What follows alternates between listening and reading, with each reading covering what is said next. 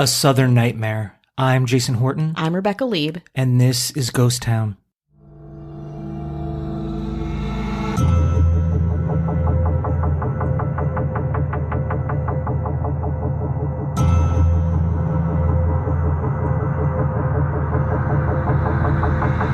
We can't really talk about haunted hotels without going to the South, which is why we have to talk about a house that's, for the last 350 years, has been full of all kinds of scary shit.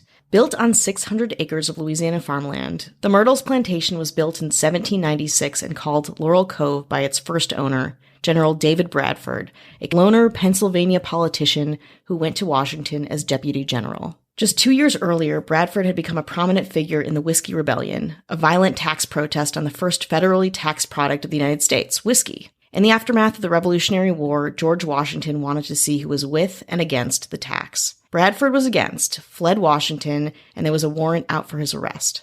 A giant story was made up about his flight, and this legend followed Bradford around and onto the plantation. According to Harriet Branton's book, David Bradford and His House, the story goes that on October 25th, 1794, cavalry came to capture Bradford, but he leapt from his rear window of his house onto a waiting horse and galloped off into the night.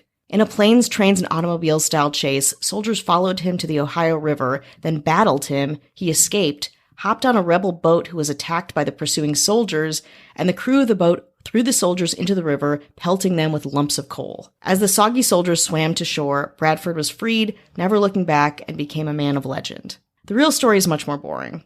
Bradford left Washington leisurely, went to Ohio, and then to New Orleans. He apparently didn't even want to leave, but the other leaders thought it was too dangerous for him to stay. He was discovered by some troops long after, and they just let him go. In 1797, Bradford's wife, Elizabeth, and children joined him in St. Francisville, Louisiana. Bradford at this point was a big national celebrity to whiskey lovers and anarchists alike, and quickly got rich through his new plantation. In March of 1799, he was pardoned by the new president, John Adams, and was home free for the rest of his damn life, which was only the next 9 years. Bradford died in 1808, but his wife Elizabeth continued running the plantation until 1817, when she handed it to her son-in-law, also one of Bradford's law students, Clark Woodruff. Legend has it that during Woodruff's reign on the plantation, he had a relationship with a slave named Chloe while his wife was pregnant. Chloe became paranoid when Woodruff ended the affair, and he allegedly cut her ear off as punishment for eavesdropping. She wore a green turban to hide it. Chloe was pissed about this whole situation, supposedly baking a cake containing boiled oleander leaves, which are super fucking poisonous.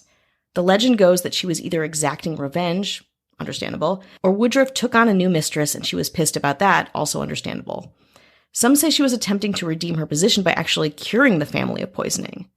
But her plan backfired. Only Elizabeth Woodruff and 2 of her 3 daughters ate the cake, and all died from poisoning. Chloe was then supposedly hanged by other slaves and thrown into the Mississippi River, either as punishment or to escape punishment by the Woodruff family. There's no real record of the story, it's really only legend. The real records reflect that Woodruff's wife and 2 daughters did die, but not by poisoning, but by yellow fever. When Elizabeth Bradford died in 1831, Clark Woodruff and his surviving daughter Mary moved and sold the plantation to rough and gray. Sterling remodeled the shit out of the whole place, doubling the size and filling it with fancy European furniture. It was then that the name was changed to the Myrtles, after the plants that grew around the house. The Sterlings sold the place to a big Confederate guy, William Winter. But soon after the war, the house was looted, 5 of his 7 kids died, and Winter's fortune and name went down the drain. I guess he made some bad decisions investing in Confederate currency, the crypto of the Civil War. Winter sold the house and bought it back again in 1871, but was unceremoniously killed on the porch of his house for a reason I could not find.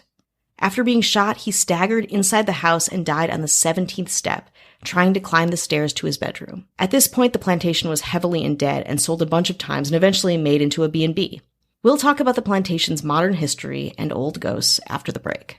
In the 1950s, the house itself was sold to Marjorie Munson, who was the first person to think the place was pretty haunted. At first, she realized the house was built on sacred Tunica burial ground. Not good. And then she started hearing things. Still, it wasn't exactly a point of promotion, so she kept quiet about it. The plantation was sold a bunch of times again in the 1970s before being bought by Frances Myers and her husband. Myers was the opposite of Munson and really embraced this hauntedness, writing a whole book about the Myrtles plantation and naming it as the most haunted house in America. According to Myers, the house had 10 deaths and 12 active ghosts. William Winter is the only official death recorded at the Myrtles Plantation, so I'm not sure about those other deaths. Winter is, however, the most popular ghost. Visitors as well as employees in the hotel still hear his dying footsteps. The 17th step, the one Winter died on, is said to be the source of the loudest noises. Then there's Chloe, the earless mistress of Clark Woodruff, and the dead Woodruff children who all roam the plantation house. There are lots of reports of children's voices and crying to that effect. There's also a famous picture taken by Myrtle's current owner in 1995 of the ghost of Chloe between two buildings. You can see her green turban, so you might know it's her.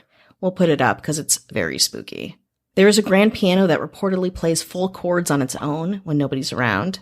There are orbs and auras and also reports of spirits touching people and giving them the sensation of being tucked into bed. There's a cloudy mirror in the hallway, reportedly showing faces of the dead. First, people thought the mirror was just dirty, but when they cleaned it, and even when they replaced the glass, it was still cloudy. It shows women, children, and even the legendary General David Bradford. Because of it being on a native burial ground, a young Native American woman has been reported seen walking in the grounds. When the house was ransacked by Union soldiers during the Civil War, legend claims that 3 were killed in the house. Supposedly, there's a blood stain in a doorway, roughly the size of a human body, that will not or would not come clean. Other legends say that the cleaners have been unable to push their mop or broom in that space. The plantation is also haunted by a young girl who died in 1868 after being treated by a local voodoo practitioner. She supposedly appears in the room in which she died and practices voodoo on herself and unsuspecting guests who are fast asleep in her room. In August 2014, the Myrtles Plantation had a bad fire, but the only parts that were damaged were the newer renovations. The original wood and home was left completely pristine. To this day, you can stay there. It is very creepy. If you ever want to go to rural Louisiana, I would highly recommend it. How many houses are the most haunted house in America? Or If you're an owner of a haunted house, you're going to say it's yours, right? Yeah, I guess there's no real litmus test for it. You can say anything. You could say this is the haunted desk. This is the haunted microphone. Most haunted microphone in the world. This is the most haunted MacBook Pro in the world, right here in front of us. Steve Jobs.